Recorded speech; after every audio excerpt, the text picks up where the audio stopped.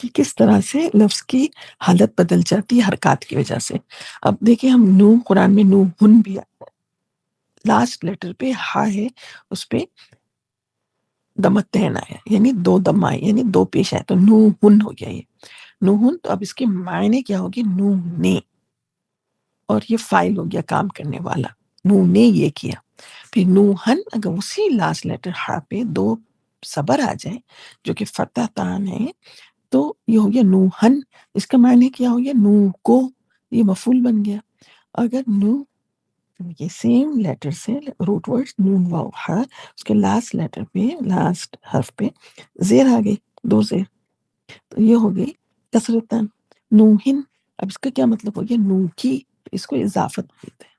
تو دیکھیے صرف حروف وہی ہے نون واو ہا، مگر حرکات بدل گئے، ایک میں دمہ، ایک میں فتح، ایک میں کسرہ، تو اس کے معنی بدل گئے، نو نے اور نو کو اور نو کی۔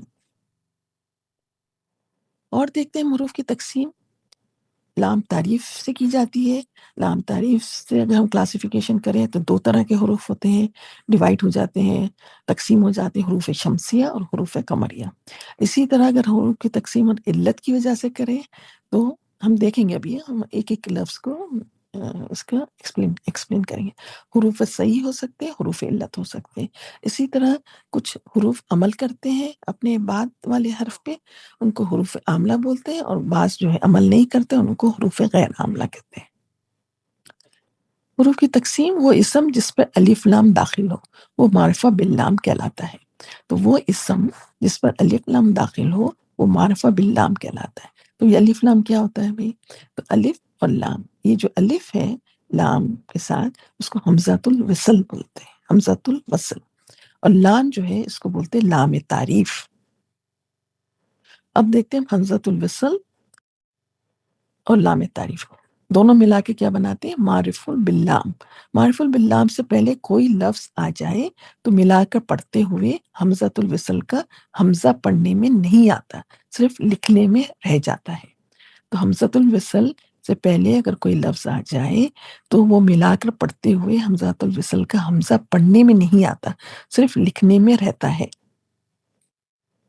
اور لام کا کیا ہوتا ہے؟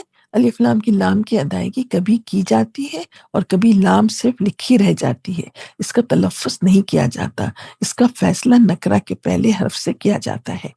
دیکھتے ہیں جیسے القمرو، القمرو، تو اب یہاں پہ لام پڑھا جا رہا ہے القمرو۔ اور الشمس میں دیکھیے الف کے بعد لام ہے، شین کے اوپر شدہ ہے، تو یہ لام نہیں پڑھا جا رہا، یہ لام معرفہ نہیں پڑھا جا رہا، تو الف حمزہ کو ہم شین سے ڈائریکٹ کنیکٹ کریں گے، الشمس۔ تو یہ جو معرفہ باللام ہے، اس کے ذریعے سے حروف دو طرح کی کیٹیگریز میں ڈیوائڈ ہو جاتے ہیں۔ ان کو کیا کہتے ہیں؟ ٹوٹل ہم نے بولا تھا 28 ہے، تو 14 اور 14، 14 حروف شمسیہ، 14 حروف قمریہ۔ جو حروف شمسیہ کو فالو کریں گے، یعنی جس میں حمزۃ الوصل کے بعد جو لام تعریف ہے اس کو نہیں پڑھا جاتا، کیونکہ جو پہلا روٹ ورڈ ہے شین، اس پہ شدہ آتا ہے اور اس کے ساتھ کنیکٹ ہو جاتا ہے حمزۃ الوصل، الشمس۔ تو اس کے رول کو جو فالو کرتے ہیں حروف، وہ حروف شمسیہ کہلاتے ہیں۔ جیسے تا ہے، سا ہے، دال ہے، زال ہے، رو، زو، سین، شین، صاد، طا، طا، ظا، لام، نون۔ اور حروف قمریہ، اس میں جیسے ہم نے یہاں پہ بیان کیا، الف لام قوم، حمزہ لام قا، میم را، تو یہاں پہ حمزۃ الوصل بھی ہم پڑھ رہے ہیں اور لام معرفہ باللام بھی پڑھ رہے ہیں، تو کیا ہے ہم کس طرح پڑھتے ہیں اس کو؟ القمرو، یا لام پڑھا جاتا ہے۔ تو جو بھی حروف القمرو کو فالو کریں گے وہ حروف قمریہ کہلاتے ہیں۔ تو الف، با، جیم، ہا، قا، عین، غین، فا، قاف، کاف، میم، واو، ہا اور یا۔ تو آدھے حروف حروف شمسیہ ہیں اور آدھے حروف حروف قمریہ ہیں۔ اب عربی زبان میں حروف الہجا ہم نے بتایا ہے کہ 28 یا 29، اگر الف اور حمزہ کو ایک سمجھا جائے تو 28، اگر ان کو الگ سمجھا جائے تو 29، اور یہ ہے ان کا ڈویژن، جو گرین میں ہے وہ حروف قمریہ ہے، اور جو ریڈ میں ہے وہ حروف شمسیہ ہیں۔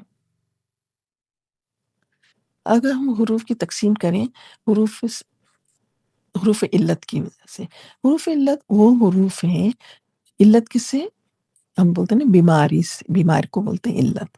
بعض حروف ایسے ہوتے ہیں جو بیمار ہو جاتے ہیں، اور وہ بیمار ہو کے کبھی کبھی بیٹھ جاتے ہیں کرسی پہ یا پھر گر جاتے ہیں۔ ہم جب آگے قرآن پڑھیں گے، جب ہم آگے گرامر پڑھیں گے تو ہم یہ ڈیٹیل میں پڑھیں گے حروف علت، مگر ابھی صرف اتنا جاننا ضروری ہے کہ 28 یا 29 جو حروف ہیں اس میں سے دو حروف حروف علت کہلاتے ہیں۔ وہ کون سے؟ واو اور یا، ٹھیک ہے؟ اور باقی کے جتنے بھی حروف ہیں 26 یا 27، وہ حروف صحیح کہلاتے ہیں۔ ابھی صرف ٹرمینالوجی ہم پڑھ رہے ہیں، اصطلاحات پڑھ رہے ہیں، بس اتنا جاننا ضروری ہے۔ پھر ہم نے کہا کہ بعض حروف اپنے ماں بعد یا اپنے بعد آنے والے حرف لفظ کو پہ کوئی عمل کرتے ہیں، اور بعض جو ہے وہ عمل نہیں کرتے۔ جس کے اوپر عمل کیا جاتا ہے اس کو معمول کرتے ہیں، اور جو عمل کرتا ہے اس کو عامل کہتے ہیں۔ تو ایسے لفظ جو کلام میں دوسرے الفاظ کو اعراب دیتا ہے یا ان کے آخری حروف کی جو حرکت ہے اس کو بدل دیتا ہے یا کوئی تبدیلی لاتا ہے، تو اس کو عامل بولتے ہیں۔ تو عامل کون کون سے ہو سکتے ہیں؟ اسم بھی ہو سکتا ہے، ناؤن، فعل بھی ہو سکتا ہے، ورب، اور حرف بھی ہو سکتا ہے جو کہ الفابیٹ ہوتا ہے۔ تو معمول کیا ہوتا ہے؟ جس کے اوپر چینجز آ رہے ہوتے ہیں اس کو معمول بولتے ہیں۔ اسم میں چینجز آ سکتے ہیں، فعل میں چینجز آ سکتے ہیں، مگر حرف جو ہے وہ معمول نہیں ہوتا، اس کا اعراب کیونکہ نہیں ہوتا۔ تو بس ابھی اتنا جاننا ضروری ہے کہ بعض حروف عامل ہوتے ہیں اور بعض حروف معمول ہوتے ہیں، اور بعض حروف غیر عامل بھی ہوتے ہیں۔ بس اتنا جاننا کافی ہے۔ تو آج ہمارا سبق یہاں تک کے ہے۔ اللہ تعالیٰ سے ہم دعا کرتے ہیں کہ اللہ تعالیٰ ہم جس سفر پہ نکلے ہیں، ابھی ہمارے سفر کا یہ ابتدا ہے، اللہ تعالیٰ ہم کو اس سفر میں آسانی عطا فرمائیے۔ ربی یسر ولا تعسر وتمم بالخیر وبک نستعین۔ اور اللہ تعالیٰ اس سفر میں ہم کو استقامت عطا فرمائیے، اور ہم کو بہترین طریقے سے عربی زبان سیکھنے کی توفیق و سعادت عطا فرمائیے، کیونکہ یہ زبان آپ نے چوز کی ہے آپ کے کلام کو بیان کرنے، کلام آپ نے اس زبان میں نازل کیا ہے، اور ہم یہ زبان سیکھنا چاہ رہے ہیں تاکہ آپ کا کلام کو ہم اچھی طرح سے سمجھ سکیں، اور سمجھ کے اس پر عمل کر سکیں، اور اچھی طرح سے ایسے طریقے سے عمل کریں تاکہ ہماری نیت یہ ہے کہ آپ ہم سے راضی ہو جائیں اور آپ ہم سے خوش ہو جائیں، اور ہماری ان کوششوں کو آپ قبول فرمائیے، اور ہم سے جو بھی غلطی ہے اس کو معاف کر دیجیے۔ ربنا تقبل منا انک انت السمیع العلیم وتب علینا انک انت التواب الرحیم۔ سبحانک اللہم بحمدک اشہد ان لا الہ الا انت استغفرک واتوب الیک۔ سبحان ربک رب العزت عما یصفون وسلام علی المرسلین والحمد للہ رب العالمین۔